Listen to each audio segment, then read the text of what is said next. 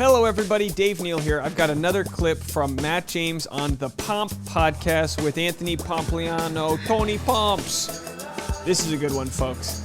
Oh my gosh, look, and so many people have commented on yesterday's clip. We never saw this side of Matt James before. Yeah, no crap, dummy, because The Bachelor's trying to monetize the drama and doesn't care about the good side. I mean, this dude's funny. Matt James has leapfrogged to become my favorite Bachelor of all time. Unfortunately, it's not because of who we saw on the show. It's because who we see in real life. But I do remember this moment on the show. They're shoveling crap outside of a barn, right? And he's kind of just like bouncing around, making fun, poking at someone. He says some funny line. I don't remember what the line was. And then he just sprints off to another side of the barn. And I was like, that looks like a playful, kind of fun type of guy.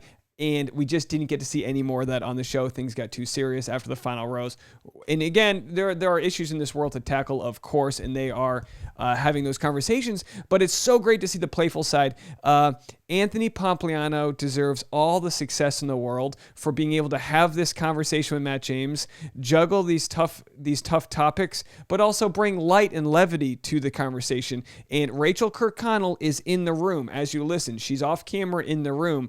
And in this clip, Anthony Pompliano asks Matt James the most annoying things about Rachael Kirkconnell and the best things about her. He asks about the Spotify playlist spoiler and how they hid during the show, how they did their safe houses during the show, and also and then I'll play a clip later on this afternoon.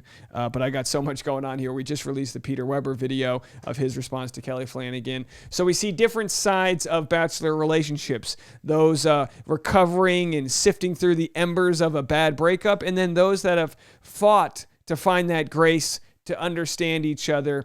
It's important we realize in life, sometimes opposites do attract. Sometimes we complement each other in relationships. My relationship with my fiance, she's a little more introverted than I am. She's a little more detail focused, but together we help each other with the providing, our strengths and weaknesses. And I think Matt James and Rachael Kirkconnell might be better than the sum of their parts. I think they might be just great for each other. So let's play a little bit of this clip right here, and let me know what you guys think. Leave a comment, hit the subscribe button. I'm going to be playing another clip of theirs, and of course, link in the description. Check out their full video. It really is a great podcast, and I really love the flow that they have together, these two. All right. Best thing about her and most annoying thing about her. Ooh. That is... She's not listening. Don't worry. Put your headphones in.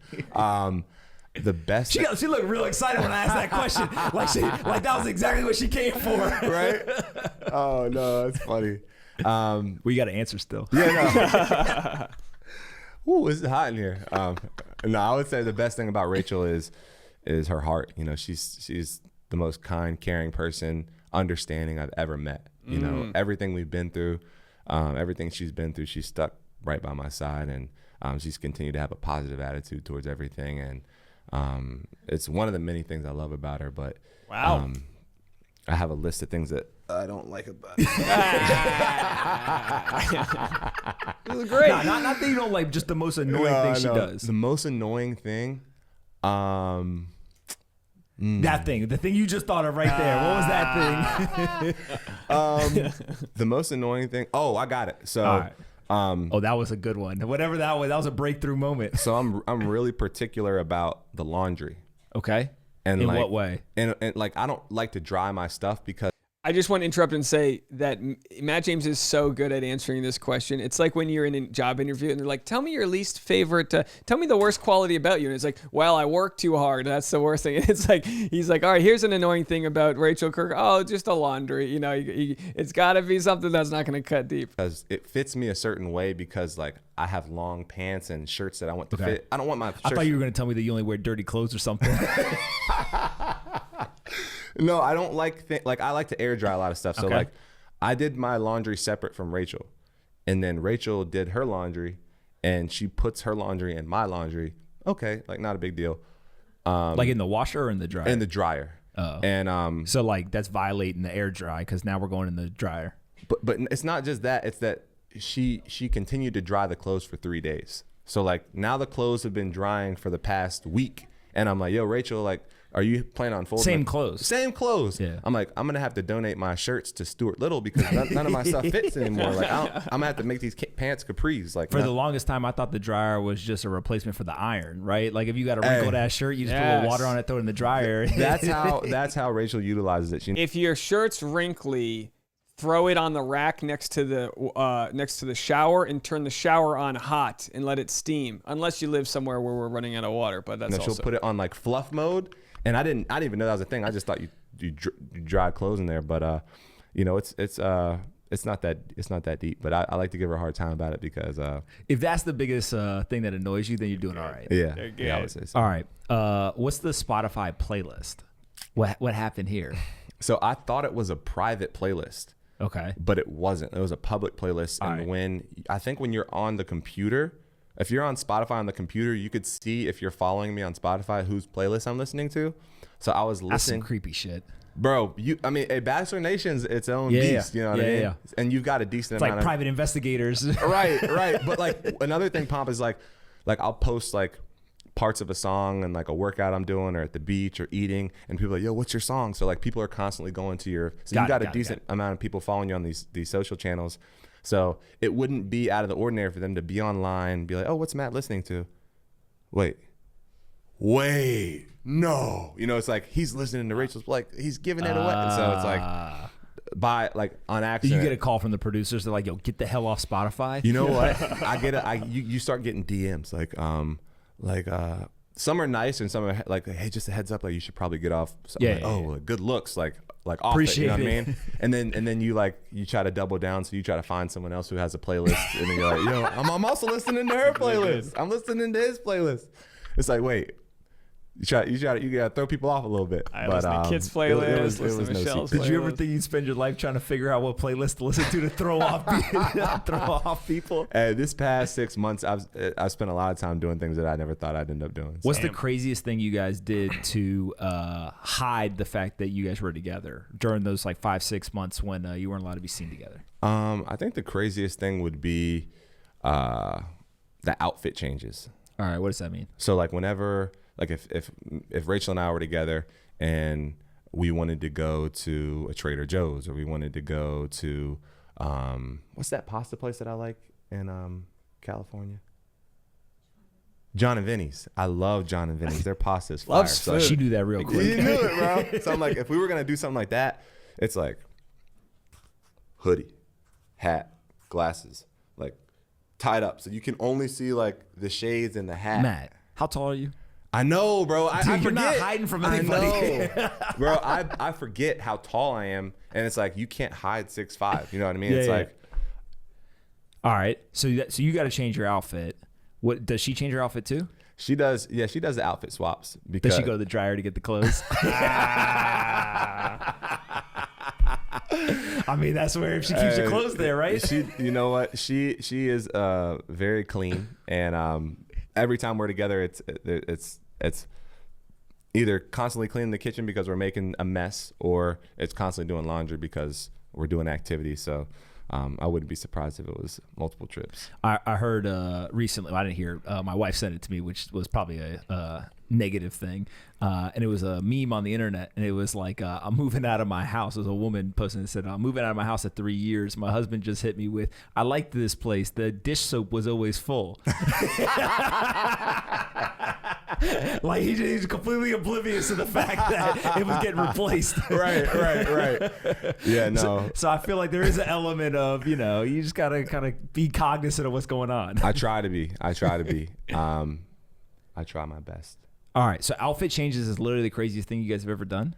I think that he's think trying. The outfit he wants changes, that and then once after the show aired, like we were technically together, but like we wanted to live our life outside of the media and cameras and all that stuff. So like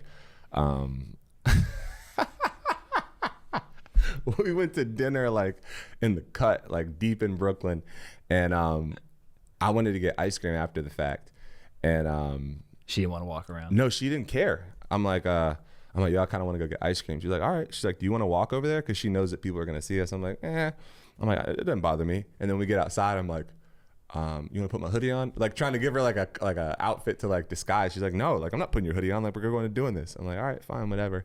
So like just coming back to grips with the fact that like we don't have to do that stuff anymore is great. Like we don't have to hide being together and doing activities together. It just makes living life together easier. Is there like paparazzi and like that type of stuff, or is it mostly just like fans? Because I saw you. Listen, you don't know that I saw this, but you're with my boys up in New York with. All right, I'm gonna stop it there. You guys can go check out the full video. I'll put a link below. Very, very interesting to get this. It makes you wonder: is Bachelor Nation?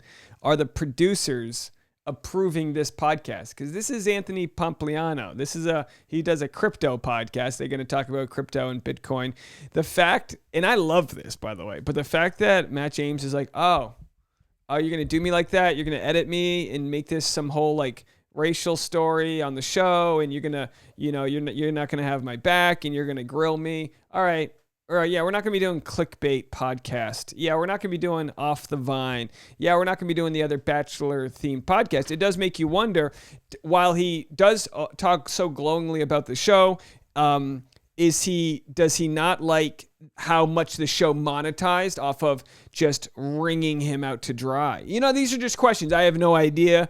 We're only speculating here. But the fact that he gives this, because you know how it is, like when celebrities have a baby, they sell that first baby photo to people because they're gonna make $1 million off of it, or $100,000. Like even Jason Tartick and Caitlin Bristow, that proposal was very coordinated. They had sponsors ready to go. They had the photo shoot ready to go. They probably made $20,000 to $75,000 for giving away the photo, which is gonna get out there anyway. So like the information's gonna get out there anyway. So the point is, who gets that first contact? Well, it was Anthony Pompliano. Matt James trusted this guy I've never heard of, but I'm sure he's a good guru. I'm going to subscribe to him now because I think he's really entertaining.